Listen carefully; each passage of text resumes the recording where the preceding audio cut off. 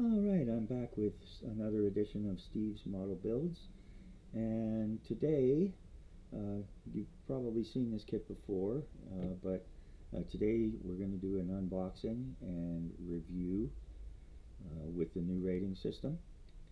And welcome to new viewers, and especially welcome back for previous viewers and subscribers. I hope you continue to find this very interesting. Alright, so here we go. We've got the Tamiya Supermarine Spitfire Mark 1, and it's a 1/48 scale model. But you can see that on the side. For some reason it's not on the front.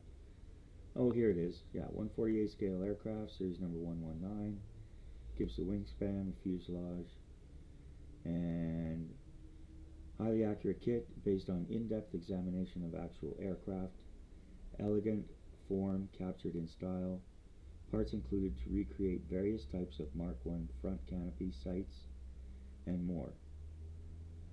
Cockpit rendered in detail.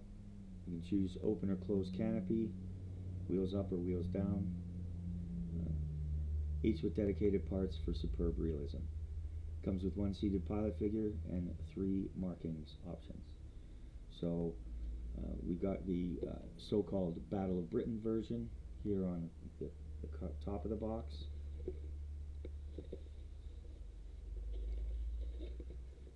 Side of the box we've got the Operation Dynamo version, and Operation Dynamo was the evacuation of the British Army from Dunkirk in 1940 after the fall of France, or at the end of the fall of France. And then here you see on the other side we've got number 65 squadron version, and this was the Spitfire just prior to World War II. So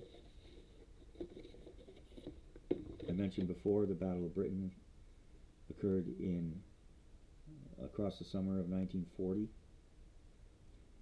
when Adolf Hitler sent the Nazi German Air Force to Britain, trying to bomb it into submission before they launched Operation Sea Lion, which would be the amphibious invasion of Great Britain.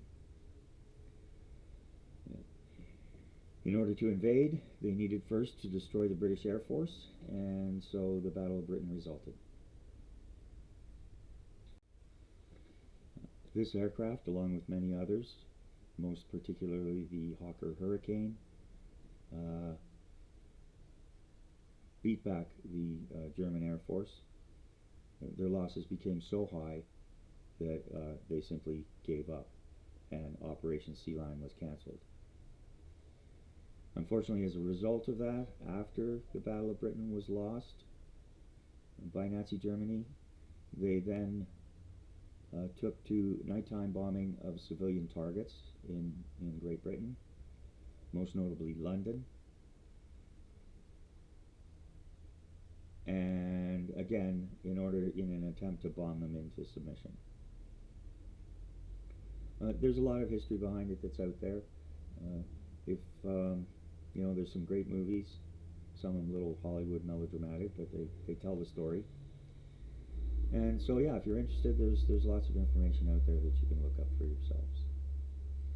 Needless to say, Great Britain survived both the Battle of Britain, the Blitz, and many other battles, and eventually the Allies were victorious, and Hitler died, and Nazi Germany was defeated. It was a terrible war, as all wars are, and it significantly changed the world for decades. Alright, so enough of that. We'll move on to this. So we've got, it's a nice box, ready to assemble precision model kit. Model may vary from image on box, hardly ever does, although this is an artist's rendition. It says for detail scale model for hobbyists age 14 and above. This is not a toy. Kit contains parts for 1 aircraft. Cement and paint are not included. Alright, so as far as the original packaging was great. Everything was fine. The box arrived intact. So that's good as far as that went. Actually, I guess I should go back and review the criteria. It's posted in the community post on my page, but in any case, there are 4 categories I'm going to use to rate the kits. First category will be packaging. That'll count for 2 points. And as I mentioned just now, the external shipping packaging, was it sufficient? And did the model arrive without any rips or tears or dents or crushes or whatever the case may be. We've just reviewed the manufacturer's out of the box. Packaging is fine. It's a good sturdy box, the same as you get with any Tamiya kit. The box art is nice. This is an older kit, but as I've said many times, just because it's older doesn't mean it's no good. Tamiya's always done an absolutely fabulous job, and that includes with their artwork.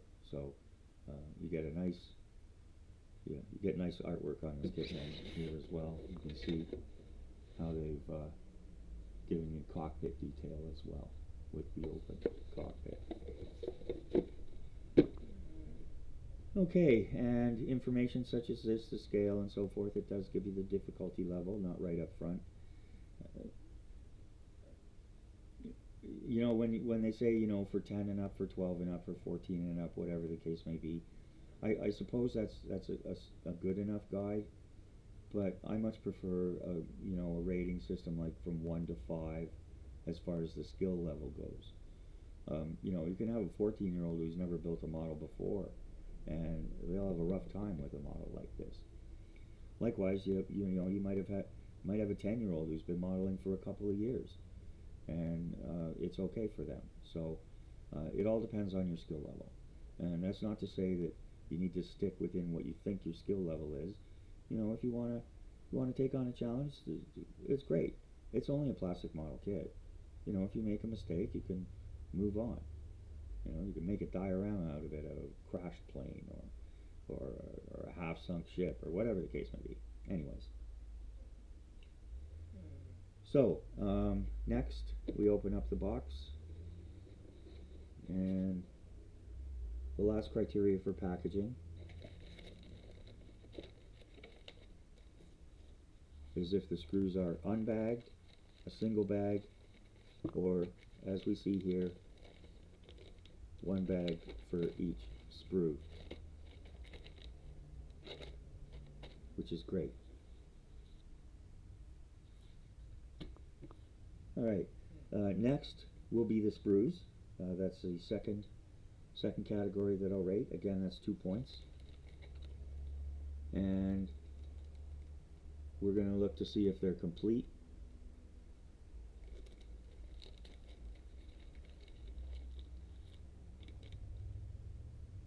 And these look great. I'm not seeing any parts floating around. There's a couple of washers there, or spacers for the propeller, and they're in a separate bag inside this bag. But otherwise, nothing floating around in there. I think it's great. And we've got the transparent clear plastic. Okay, so the screws are complete. There's nothing missing there, and all the parts are attached. Looking through, there's very little, if any, flash, and I'm not seeing any molding, injection markings, or anything like that. So that's great. So packaging, 2 points. No reason to deduct points there. For the sprues, another 2 points, separately bagged. Everything's, nothing's broken. Everything's, nothing's off the sprues, so that's good.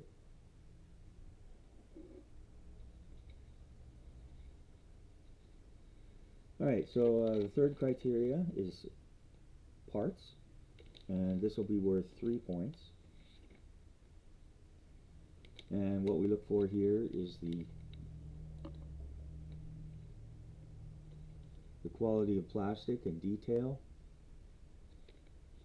And you can't really see it on camera, but the detail here is pretty good. I mean, considering, you know, the age of the kit and the cost of the kit, as a rule, I don't buy expensive kits. I'm fortunate enough to be able to engage in a hobby, but I'm not the kind of person who, you know, just goes and spends the money just to spend the money. Plus, you know, I'm not, you know, there's a lot of other people out there who are a lot better than me, and, you know, if I make a big mistake, then I haven't wasted $200 or whatever the case may be. So for the time being, I'm going to build up my skills with this and take it from there.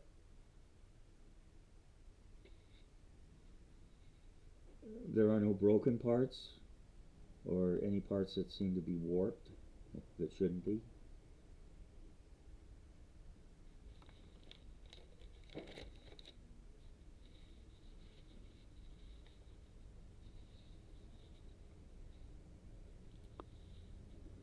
Now we get a nice goodie bag here. This is nice that the decals have their own separate bag.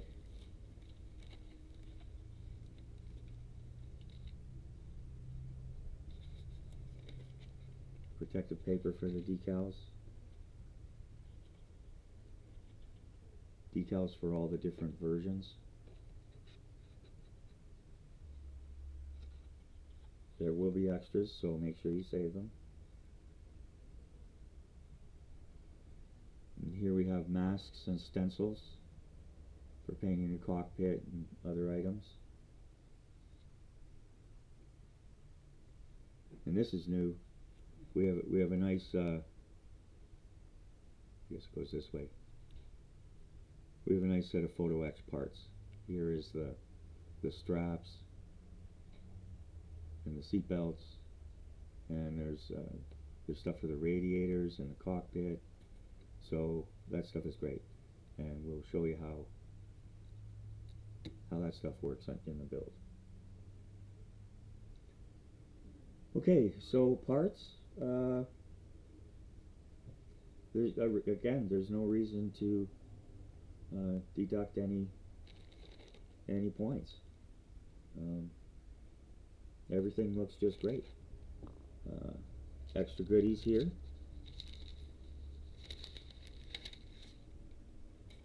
That are separately bagged.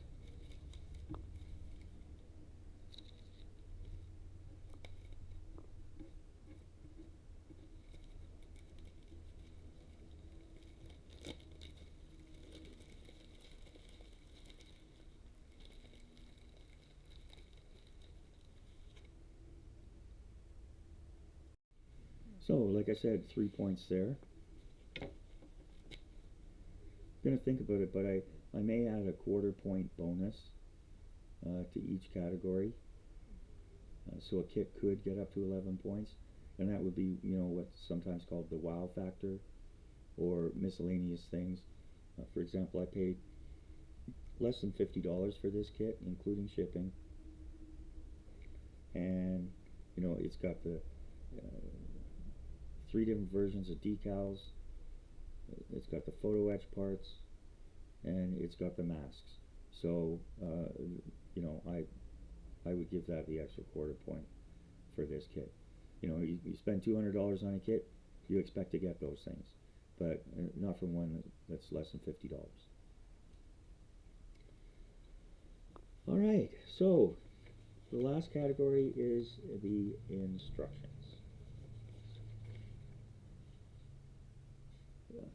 Tamiya starts off, I think they insert this in every kit now. Various different tech tips, types of tools that are not necessarily needed, but can be useful. Shows you how to, you know, snip them off, trim them, you know, all those little things, little details. Best type of cement to use. and all these different little things. So, especially when you're starting out, that's good to have. It's right there in front of you.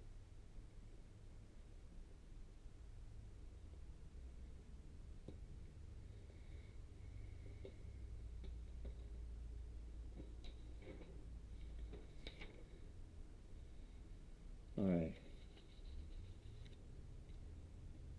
I think I went over the instructions before, but I didn't give them a rating. So I'll just, you can look for that video.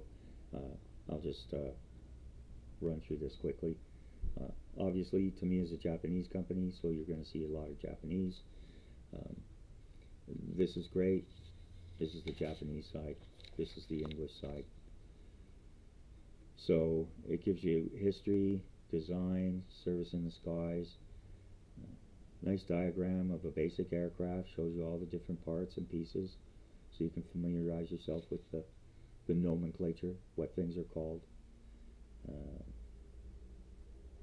And then we've got other languages here. So this is just a brief information sheet on the aircraft itself, which is nice. I think they put one of these in all their kits too. Yeah. Alright, so next. Again, we've been over the instructions, so I'll just run through. Again, you've got, these are the tools that you will need, pretty much. You might get away without a drill, but it'd probably be good to have one of those, little hand drill. Again, it's always important to read through the instructions and understand them. If you have any questions, go watch a video, whatever you need to do. You know, each company's instructions, they have, you know, they have different codes and ways of doing things. So, you know, if you're going to build, if you're going to stick with one company, stick with Tamiya. Overall, all around, the new Airfix might be good, but I haven't built any of those, and I haven't built an Airfix in a long time. Got one coming though, and we'll have a video on that too. Okay, so yeah, so the instructions go through. Tamiya is great at this. It's all pretty straightforward, basic sub-assemblies that then go together. Here's the cockpit, all these little sub-assemblies. So, you know, this is not the kind of kit you sit down and try and finish in an afternoon. You know, this is the kind of kit that, you know, it's probably going to take you, you know, quite a few hours to get it right, which is fine. You do a bit, you set it aside.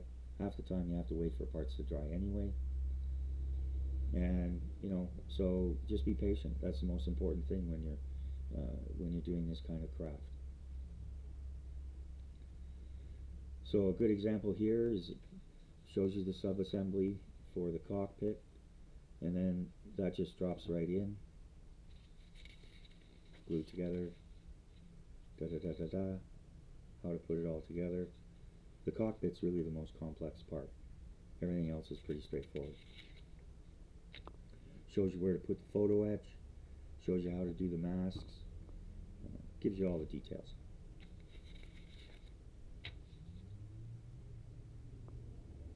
And again, final assembly.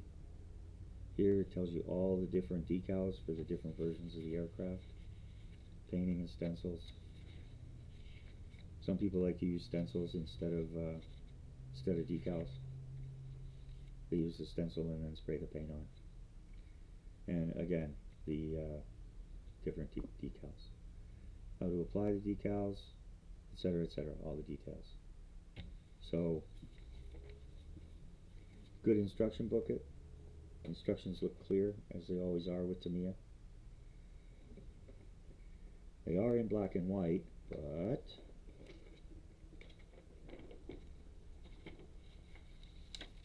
we also get this.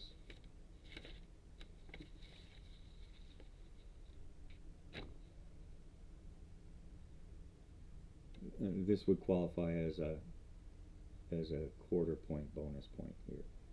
So you've got all three versions of the aircraft. and all the different decal markings. Some of the decal markings are they're the same on all of them, where not to step and where this is and where that is. But there are some different ones for each version. And so that's great. All in full color, all in fold out, and it looks to be life size for the size of the aircraft.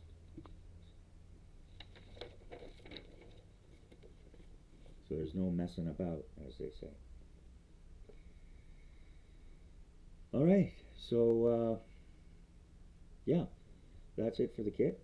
The build's going to start very soon, and I'm not going to plod through the whole thing, da da da da da. I'll probably show a bit, complete the step, show a bit, complete the step. I mean, once you learn to glue things, I mean, and hold them together while they're while the cement is drying, you know, it ain't rocket science. So I heard one commentator the other day say, you know, nobody wants to sit there and watch me for hours just glue things together. So unless you're having trouble sleeping, you're welcome to watch anytime. Alright, so that's it for today. There's more models coming, more ratings, unboxings, and more builds. So thanks for tuning in. I really appreciate you watching. Hope you find it interesting and helpful. And also I hope you enjoy the bits of history that I put in. It is what it is. I don't comment on good or bad as a rule, but to learn the information is always helpful. Like and comment if you want. Please keep the comments respectful. Remember, you know, there's going to be kids watching these videos and seeing comments. And if you like what you're seeing and think you might be interested for the future, please subscribe. Thanks to all my current subscribers. And you can always hit the notification button, because as I said, there'll be plenty of new stuff coming down the line. So thanks again to everyone, and we'll see you soon.